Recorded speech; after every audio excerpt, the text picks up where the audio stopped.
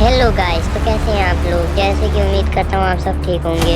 तो आज की इस वीडियो में हम डिटेक्टिव इज ऑलरेडी डेड का एपिसोड 2 की शुरुआत करने जा रहे हैं। इसमें सस्पेंशन और कई सारे चीज़ें हैं, तो हम इस एपिसोड की शुरुआत करते हैं। एपिसोड की शुरुआत में हमें एक गार्ड का सीन दिखाया जाता है जो बंदूक थाने वहाँ पे घूम रहा होता है, और फिर सिएस्टा और किमिसुका का सीन दिखाया जाता है जो दोनों बात कर रहे होते हैं कि इस गार्ड की मदद से हम मेन हेड तक पहुंच सकते हैं। किमिसुका कहता है हाँ हाँ ठीक है, पर इसमें एंड्रॉयड फिर से नहीं मिलेगा ना, क्योंकि पहले भी मिल चुका है हमें। तो बोलती है नहीं। तो दोनों दौड़ने लगते हैं और बोलते हैं चुपचाप से इशारे में कि इसे जल्दी से गार्ड को दबोच के हमें सारी बातें बुलानी है। और सीन शिफ्ट होता है। उसके बाद हमें दिखाया जाता है प्रेजेंट का सीन, जहाँ पे किमिसुका का सीन दिखाया जाता है जो अपने में बोल रहा होता है कि अब मेरी सुख चैन की ज़िंदगी है, सिएस्टा के साथ काम करने को ज़रूरत नहीं पड़ रही है क्योंकि अब वो नहीं रही, तो अब मैं सुख चैन से रह सकता हूँ। और पर मेरे को उसकी याद भी आ रही है, तो अब कुछ कर तो नहीं सकते पर श्रद्धांजलि दे सकते हैं। और बोलता है कि अब मेरे को सुख चैन की ज़िंदगी चाहिए, वैसी लाइफ अब दोबारा नहीं चाहिए क्योंकि उसमें बहुत खतरा है। और फिर सीन शिफ्ट होता है। फिर वो स्कूल का लास्ट पीरियड होता है, उसमें एक लड़की आके उसे पकड़ती है और बोलती है तुम ही हो ना वो महान डिटेक्टिव। बोलता है कि कौन सा डिटेक्टिव, मैं कोई डिटेक्टिव नहीं हूँ, मैं बस एक नॉर्मल सा स्टूडेंट हूँ। और वो लड़की उसे फेंक देती है और बोलती है कि तुम ही हो, क्योंकि तुमने ही कितनी बार लोगों को बचाया है और कहाँ है, आओ और हाथ दो, बताती हूँ, खड़े हो जाओ। पहले खड़े होने के लिए कहती है और फिर उसके बाद वो बोलता है कि ऐसे नहीं, मैं नहीं मानता।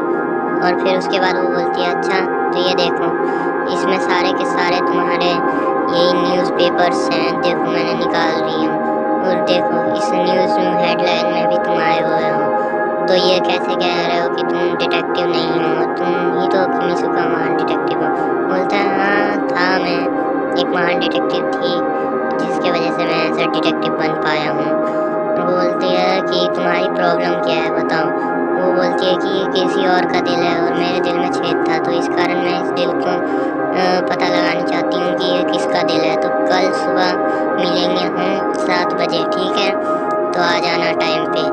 और सही वो टाइम पे आ चुका होता है किमिसुका, और वही क्या कहते हैं वही लड़की लेट हुई होती है और वो बोलती है लेट होने के लिए माफ़ी चाहती हूँ, और चलो थोड़ा बातें कर लेते हैं, उसके बाद हम अपना काम करना चालू कर देंगे। वो बोलता है कि मैंने एक जानकार को बुलाया है। वो बोलता है कि तुम्हारे जो अगल बगल में रिबन है वो अच्छे लग रहे हैं।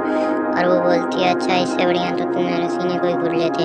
तो वो क्या कहते हैं वो फिर उसके बाद एक चोर बगल में से जा रहा होता है, और वो क्या कहते हैं वो चोर भाग रहा होता है उनके बगल में से ही, और वो चिल्ला के बोलता है आदमी कि चोर चोर चोर भाग रहा है चोर। और किमिसुका तुरंत पकड़ लेता है, उसका हाथ मोड़ के वो बैग पकड़ लेता है। और क्या कहते हैं वो जो लड़की होती है वो कहती है कि वाह तुमने तो बहुत जल्दी पकड़ लिया।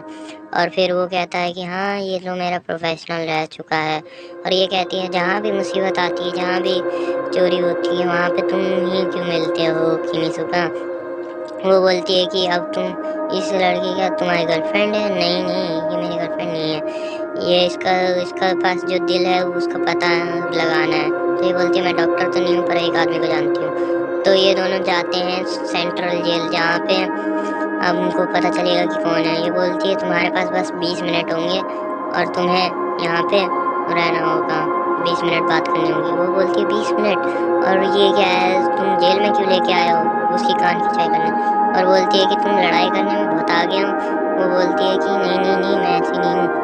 और वो बोलता है कि जल्दी से चलो वरना 20 मिनट यहीं पे बस वेस्ट कर दोगे तुम, फिर जेल तुम्हारे फालतू के काम नहीं आएंगे। सीन शिफ्ट होता है और बैट पे आता है। बैट बोलता है कि आ गए महान डिटेक्टिव, और बैट बोलता है कि मैं अंधा हो चुका हूँ। और बोलता है हाँ लग तो रहा है तुम अंधे हो चुके हो किमिसुका, क्यों बोलता है। और फिर उसके बाद बैट बोलता है कि तुम्हारी तरह ही मेरे आंखें बेजान है, उस महान डिटेक्टिव की तरह नहीं। और ये बोलता है वो महान डिटेक्टिव तो अब नहीं रही है, और इसके सीने में जौन सा दिल है शायद तुम्हारा सामना हो।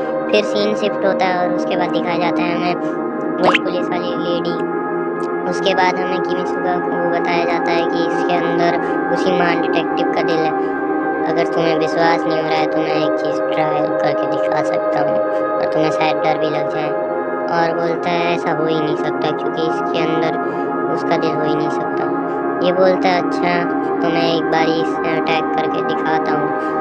तो वो बोलता है ये क्या कर रहे हो तुम, अगर इसके अंदर वो दिल नहीं हुआ तो फिर क्या कहते हैं ये मारी जाएगी, पता है ना।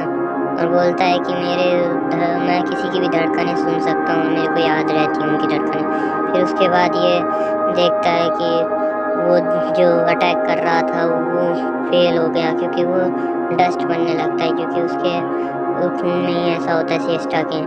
तो बोलते सोचता है कि ऐसा कैसे हो सकता है, सिएस्टा का दिल इसके अंदर कैसे हो सकता है, मेरे साथ ऐसा क्यों हो रहा है और मेरे साथ ही क्यों होता है ऐसा हमेशा, मैं ही क्यों फंसता हूँ यहाँ पे। बैट जिसको मान डिटेक्टिव कह रहा था वो मैं नहीं, वही सिएस्टा थी।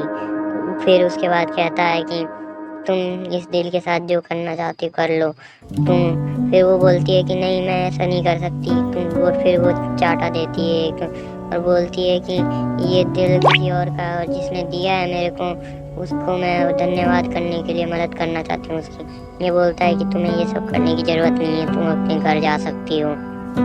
ये बोलती है कि तुम्हें पता चल गया ना, अब तुम तो लग रहा है मान डिटेक्टिव के अंदर काम करते हो नहीं। तो वो बोलता है हाँ नहीं करता पर अब करूँगा भी नहीं मैं दोबारा वो डिटेक्टिव वाला काम। तो इसके पीछे से वो लड़की दोबारा पकड़ लेती है उसका कॉलर और फिर हमें दिखाया जाता है वो लड़की नहीं होती, वो कोई और ही होती है जो उसको कॉलर पकड़ लेती है।